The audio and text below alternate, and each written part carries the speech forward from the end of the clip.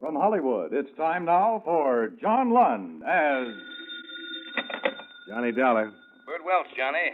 Want to give my regards to Broadway? You mean tell all the boys at 42nd Street? No, 46th Street. Want you to run down there and see a theatrical agent named Lou Waltham. What's the pitch? Well, he handles a lot of high-priced talent and shows them with us for all sorts of things. Accidents, injuries, missed performances, the usual. Well, what's the trouble? Actually, I don't know. I want you to check on an application he made for overall coverage on Cape Bellamy. The singer? Yeah. Well, if she looks like she sounds on my record player and radio, I'm going to love this. And we'd love to insure her. Waltham wants her covered for almost $2 million. Protection against everything up to and including being bitten by a tsetse fly, but... But what? The answers to the application questions don't seem to check out. I think we'd like to know a little more about the girl. As a matter of fact, I think Waltham would like to know a little more himself. Well, that makes three of us, because now you got me interested.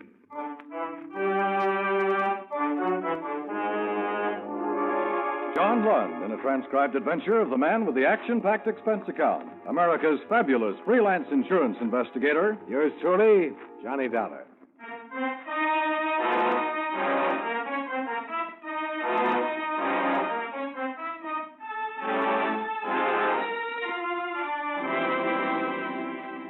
Expense account submitted by Special Investigator Johnny Dollar to Home Office Hemispheric Insurance Company, Hartford, Connecticut. The following is an accounting of expenditures during my investigation of the K. Bellamy matter. Expense account item 1, $22.40. Plane fare and incidentals from Hartford to New York and cab fare to the Madhouse on 46 off Broadway, where Lou Waltham housed his talent enterprises. I ran the gamut of would-be thespians, and his haggard secretary covered my rear valiantly as I plowed my way from the outer office to the inner sanctum. You're the guy from the insurance company? Yeah. Is it always like that out there? I think I went suddenly deaf. Yeah, you're all right. This office soundproof. I'd go nuts if I had to listen to that yammering all day. There's Lou Waltham. Boy, Welch told me he was setting you down. About the policy you want him to write on K. Bellamy. He doesn't think the application is as neat as it might be. Yeah, she's a valuable hunk of talent. I gotta have coverage. Well, then we need information. I need some myself. This time has been a headache from a word go. Maybe you better tell me about it. I'll give it to you straight. I picked Kay up, well, a little more than 2 years ago. She was nothing, nobody. Doing a strip and burlesque, singing a song, once in a while. I heard something in her voice, though, something them other guys missed. I signed her, had her trained, got her a good deal. Well, that's my business. Sure. She knocks down $1,000 a week on her radio show, more on records. I could put her into the $5,000 class in no time, but... For what? Huh? Well, I'm going to tell you. See, she won't let me. She keeps sending me to the aspirin factory. Look, let me tell you this. 2 months ago, I get her a picture deal, Hollywood. Got it all sewed up. Big dough, billing. So what happens? I tell her and she screams like a banshee. No pictures. What is she, a screwball? Screwball? Take any nut in that outer office out there, and I'd lay 8 to 5 that handling them would be a vacation after K. Bellamy. Yeah, I may be talking to myself right out of the policy I want. But listen, you want to know something? One of the things she does... Just Go one. ahead. Figure this, will you? In between her radio shows, she disappears for a whole week. For months, I couldn't never find her except on show days. Till I found out. Where did she go? So help me, you can sue me if I'm lying. She spends her time working in burlesque. What? Yeah, I mean, $1,000 a week on one radio show, but she goes around playing zip the rest of the time for $75 a week under the name of Don LaValle. Are you sure? I followed her. I seen her with my own eyes. You talked to her about it? I tucked myself blue in her face. She freezes and tells me to mind my own business. She'd go get another agent. You know, Mr. Waltham, I think you'd better get another insurance company. Now, look. I do a lot of business with your firm. No trouble. This girl is valuable property. Give me a break, eh? Maybe you could talk to her. Maybe she just hates agents. All right, Mr. Waltham. Where can I find her? Boston. Boston? Doing burlesque in Boston? Listen, there they need it. Hey, you on an expense account? Yeah, why? Well, I'll give you a pass to the theater up there. You can knock down the admission price and stick it in your kick, okay? Thanks. Thanks a million. What are you laughing? A buck's a buck, ain't it?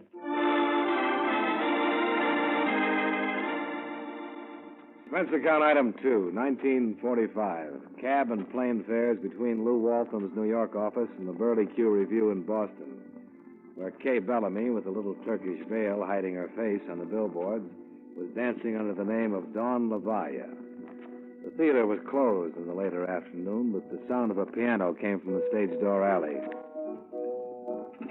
I walked backstage. There was no doorman, so I went through to the wings.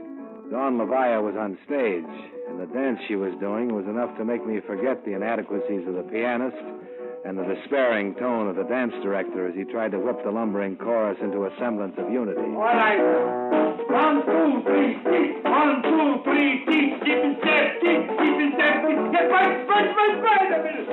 Got it, son. Son, got it. You, Lorraine, which is your left foot, darling? You're mega too. Make a choice. What do you want, bucks a week? Vera Ellen, I'm tired. You're tired. Back it up, will you, Luxie? We're all tired. You don't need me for the rest of the numbers, do you? No, you're all right, Dawn, darling. Go get dressed, sweetheart. She walked into the wings, moving toward me in the semi-darkness. The piano had stopped, but she carried her own music with her as she moved. And it wasn't burlesque music. This girl was definitely on the symphony side. All right, girls, now get together and let's Miss Bellamy? Step one, straight out. What did you call me? My Kay Bellamy. All right, Sam. That is your name, isn't it? No, mister. Whoever you are. What are you doing back here anyhow? Get out of my way and let me pass. Look, I just want to talk to you for a minute. My name is Dollar. I'm from Hemispheric Insurance. Look, Farrell, maybe you didn't hear the lady. She told you to get out of here. Don't get dressed, baby. I'll cool this stage door, John, and wait for you. All right, Crow. You came in the wrong door, bud. The box office is around front. Listen, hard boy, I got business here. My name is Dollar. I know who you are, I know why you're here, and I got reasons why you should blow. Meaning the gun you're holding in your pocket? Kay ain't interested in any insurance. Just go tell Lou Walton to insure himself and drop dead. And if I don't? The gun can get awful nasty, Mr. Dollar. All right, Mr. Crow. As long as this isn't a personal matter. But if it ever gets personal, I'm going to feed you a face full of nothing. I'm glad you said that. I'll tell the boss. Then if you keep nosing around, maybe he'll issue me a special hunting license. Just for you. The lovable Mr. Crowell had told me two things. One was that he had a boss. And two, Kay Bellamy was also taking orders from somebody. I found a cafe around the corner from the theater. When the rehearsal broke, some of the cast wanted in. I went in, too. I got a seat at the counter next to the girl called Lorene. I just want a cup of coffee when you get a chance, Joe. Hello? Hi. You had a little trouble at rehearsal, didn't you? Yeah, I always have trouble. Were you there? Yeah, in the wings. I thought you were doing fine. That Lutzy gives me a pain. He's always putting on the big act, like he was doing a Hollywood musical or something. Who's Lutzy? Lutzy Lazario, the dance director. You saw him. He's over in the corner booth there with Valerie, one of the new girls. He thinks he's a regular Romeo. Continental type, huh? Yeah, Continental Brooklyn, if you ask me. He made a play for Dawn, but she brushed him fast. So Lutzy has a big crush on Dawn, huh? He'll forget it if he's smart. She's aiming for bigger moose than him. Like who, for instance? Some guy named... Oh, hey, that's my date honking for me. Never mind that coffee I ordered, Joe. I gotta go. I'm sorry I can't keep you company. Oh, that's all right, Lorraine. I think I'll go over to the corner booth and join Lutzy and his girlfriend. Okay by me if you ain't particular, mister. No. You know something? Appreciation for the dance is not what I've been accustomed to. If people who knew me as an artist ever found out... You're Lutzy Lazario, aren't you? Oh, yes, I'm Lazaro. Didn't I see you backstage during rehearsals? Yes, I was watching your work. Oh, that's right, yes. You are in the business? Well, in a way, I'm doing a little scouting for Lou Walton, the agent. He's got a chance to sell some talent for a big Broadway musical if he can find the right people. Well, sweetheart, won't you sit down, Mr. Dollar, Johnny Dollar. Yeah, Dollar. This is Valerie, Mr. Dollar. She's in the chorus. And this is a great pleasure, Mr. Dollar. Of course, you don't know it, Lazario, but I've had an eye on you. You and the star of your show, Don Leviathan. Oh, I am so ashamed that you should find me in such a place. It has been a thing I've been doing, temporarily, waiting for a break. Yeah, I understand. How about the girl, though, Dawn? Oh, you can get her to leave here, Mr. Dollar. There ain't as much dough on all Broadway as she could get just by marrying a guy that's after her.